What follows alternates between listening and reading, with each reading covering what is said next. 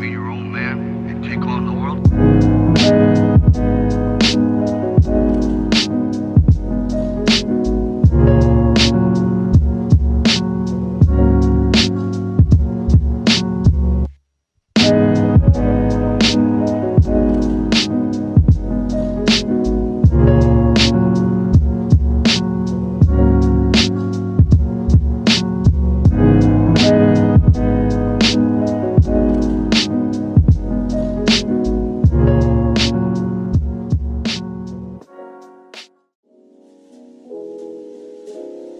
Hi, my name's Paul Kinvig, Chief Operating Officer for the Bournemouth Town Centre BID.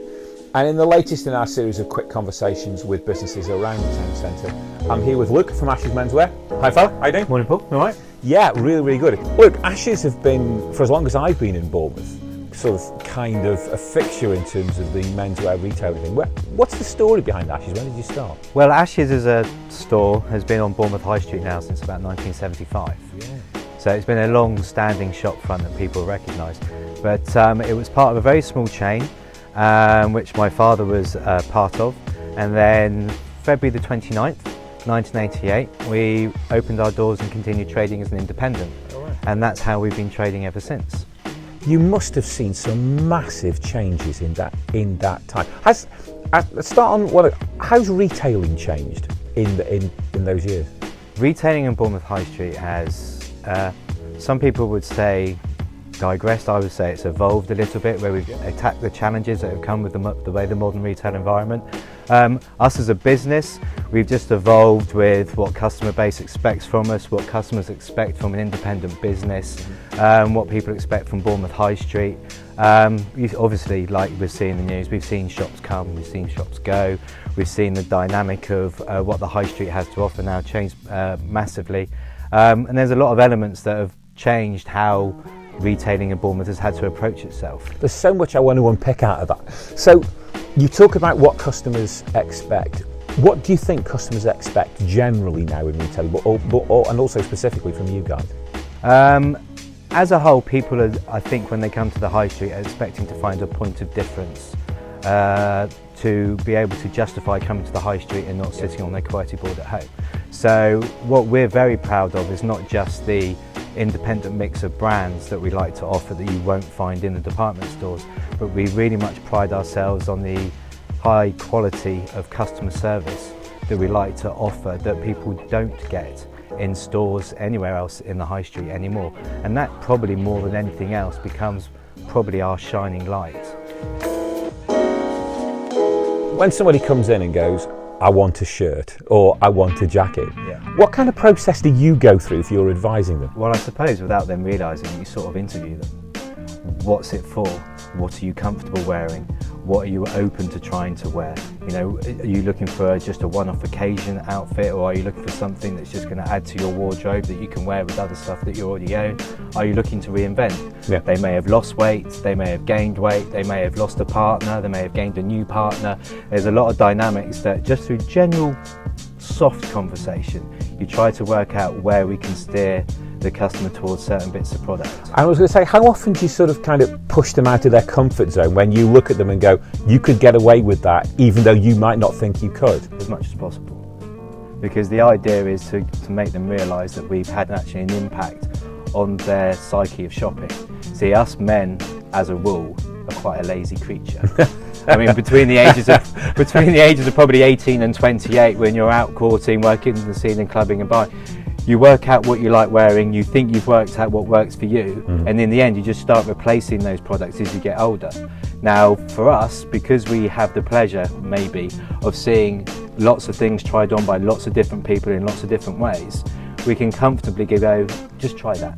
Yeah. I know you said you didn't like it on the hanger, but perhaps give it a go and see what the designers were wanting to see when somebody's wearing it. And more often than not, we will be able to change somebody's mind of what they thought about things, and then they start to reinvent themselves a little bit. We're not talking about a whole makeover, but what you talk about, if you can just introduce one new product, one new colour, one new style, or one new fit of design, it helps them to, next time they go shopping, to be a bit more open to looking at other things when they go shopping on their own. And so how far in advance do you work in terms of getting stock so to either anticipate what tastes are going to be or what trends are going to be? Well, luckily enough, menswear is quite uniform with the number of products that are available, so it becomes a little easier, but we work 6 months in advance. Okay. So come the end of the summer, we will start ordering and booking stock for the next summer. We've already booked now for this coming autumn winter. Have you? Already, yeah. Even though we are a menswear store, we still like to bring in a little bit of things that are inspired by high fashion, things they might have seen on Instagram or social media. Might be a little bit out there, but we'll have a slightly more watered down but an inspired So you're piece. kind of still pushing the envelope a little bit with people. You always have to move forward, otherwise your regular customers will get tired of seeing the same thing. With staff, with stock, and with reducing costs, keeping bills down, which of those three at the moment do you think has the biggest effect on your business? I would say the biggest effect at the moment is stock. You have to manage your stock. You can always get more stock. There are plenty of brands, companies and people out there willing to sell me stock to sell to the public. Yeah. What you have to make sure is you don't buy too much, and I think that only comes with experience. Yeah, you only learn from your mistakes, because in a store like this, your mistakes are there, always looking at you. Your successes have left the store very quickly, and it's very easy to forget what was your most successful product. But yeah, managing stock, I think, is probably the key, most important thing for us as a retailer. Considering the volume of stocks that we have in here, you have to always make sure that you've got your finger on the pulse. And from what you said earlier, knowing your client base, having the right kind of stock as well that goes actually, that fits for our existing customer, and it's the kind of stuff I can push them a bit to move it through. Yeah. You talked a little bit about the changing nature of the high street and the challenges to it. What's the biggest one for you? I would say the biggest one for us, because we don't trade online, is not actually online. The biggest, I would say, the enemy of Bournemouth High Street is the development and the rise of out-of-town shopping centres. Right. Because if the internet was that big an influence on people's shoppers, those out-of-town shopping centres wouldn't be busy either. No. But they are. And what we've got to try and find is work a way to see where Bournemouth can find its niche and fight against these out-of-town shopping centres, and bring the shoppers back into the town centre, and realising that it's actually got a strength. The coffee environment, the whole social environment, the high street, the Bournemouth Gardens, the beachfront, there's a whole package when people come to visit Bournemouth Town Centre. Yeah. We need to try and help people realise that going to an out-of-town shopping centre that has no culture, is sterile, isn't actually got the best offering for them. No. Obviously people will always whinge about car parking prices, but there isn't a town centre in the UK you can park for free. So you have to try and balance that by giving them a much bigger, better offering, and bring people back to help them realise how good Bournemouth Town Centre is for the whole shopping daytime experience, rather than just a whip in, whip out to a soulless shopping environment. And I think that's our biggest battle, is getting people back to the town centre, not off the computer. That's a whole new market now. There's a generation of people that only know buying online. And in fact, we now see somebody who, after the age of 20-25, has bought and returned so many products online that they actually don't mind going to spend £1.20 in the car park, walking to a shop, trying it on, buying it, knowing that they like it, it fits, and they're not going to have to return it. It's like a whole new mantra for them. So I think the impetus that Bournemouth Borough Council, the Bournemouth BID, all levy payers and people within the centre need to focus on driving people back to the town centre and making people realise what they're actually missing. It's this issue, I think, of experience, and you've talked about staff being important here, and the advice that you give to customers when they come in. It's about them walking out of any business going, I've had a great experience, and about knowing that if they come into a town, when they leave a town, they go, I've had a great experience overall, whether it's shopping, whether it's coffee, whether it's cinema, whether it's going for something to eat, whether it's the beach, the gardens, or whatever it would be. You're right, you're absolutely right. It's about creating the kind of experience that you don't and can't get anywhere else.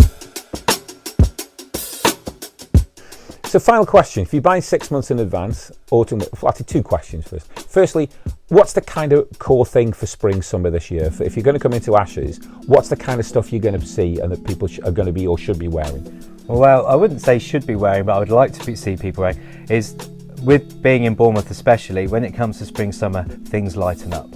Right. They brighten up. Okay. You're going to see a much bigger injection of colour, a slightly more vibrant prints on your shirts, slightly more vibrant cloths in your blazers, some more colours in your chinos and in your jeans. It's just slightly elevating the colours in your wardrobe that can marry up with stuff that you've already got. That's all that happens, just a gentle dial up. Okay. A final thing, if there's one piece in here at the moment that you'd want to wear and go out in, what would it be? That's a bit of a tricky question. I'm going to put you on the spot now. I've got a lot. Well, we've just had in, because I want to go on holiday like everyone else does, I've just had a wonderful short sleeve shirt delivered from Scotch and Soda that has embroidered ladies lying on a beach towel. Okay. And it sounds a lot worse than it is when you tie it down, but when you get surrounded by white shirts, navy shirts, blue jeans, navy blazers, when you're working in an environment like this, the slightly more out there product is what catches your eye. Kind of makes a statement, I suppose. That's right, well. yes. Look, it's been an absolute joy. Thanks ever so much, mate. That's and congratulations on A, being here for so long in Bournemouth, and B, remaining here as well, in terms of delivering what you do. Thanks very much. That's it. Cheers, Paul. Cheers. Thank you.